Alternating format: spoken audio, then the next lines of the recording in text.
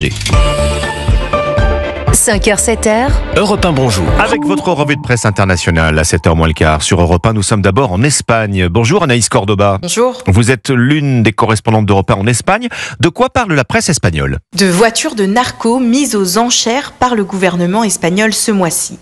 La Vanguardia explique: plus d'une centaine de véhicules de luxe saisis par la police dans des affaires liées au trafic de drogue vont être mis aux enchères partout en Espagne.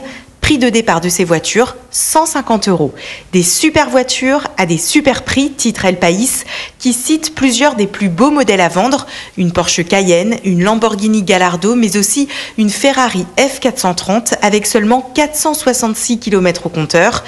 Dans le quotidien La Razón, on apprend que les fonds récoltés seront reversés à la lutte contre le trafic de drogue et à des programmes œuvrant dans la prévention contre les addictions. Nous sommes maintenant au Japon avec vous Bernard Delattre, à Tokyo pour Europe 1, à la une des journaux japonais. Le mariage pour tous, qui n'est toujours pas permis ici, mais la Haute Cour de Tokyo vient de décréter que réserver le mariage aux couples hétérosexuels est inconstitutionnel, viole le principe d'égalité des citoyens. Le quotidien financier Nikkei ainsi que les journaux de gauche Asahi et Mainichi saluent un jugement qui, selon eux, fera date.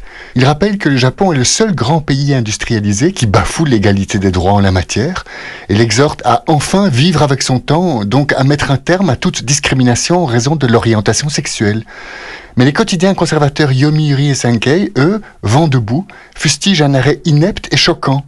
Autoriser le mariage pour tous saperait les fondements même de la société nippone et diviserait comme jamais notre pays, écrivent-ils. Sauf qu'à en croire les sondages, 6 à 7 Japonais sur 10 prônent une telle évolution. Nous partons enfin en Argentine. Flora Genoux, on vous retrouve à Buenos Aires pour Europe 1. Qu'avez-vous lu dans les journaux chez vous? L'affaire des manchots morts. Vous savez, les manchots, ces oiseaux aquatiques qui ressemblent à des pingouins. Eh bien, un agriculteur a été condamné à 3 ans de prison avec sursis en Patagonie, rapporte Infobae. Il est reconnu coupable de cruauté envers les animaux et dommages aggravés sur l'environnement. L'éleveur de vaches a écrasé des œufs, des poussins et des manchots avec une lourde machine pour tracer un chemin sur son exploitation, rappelle TNE.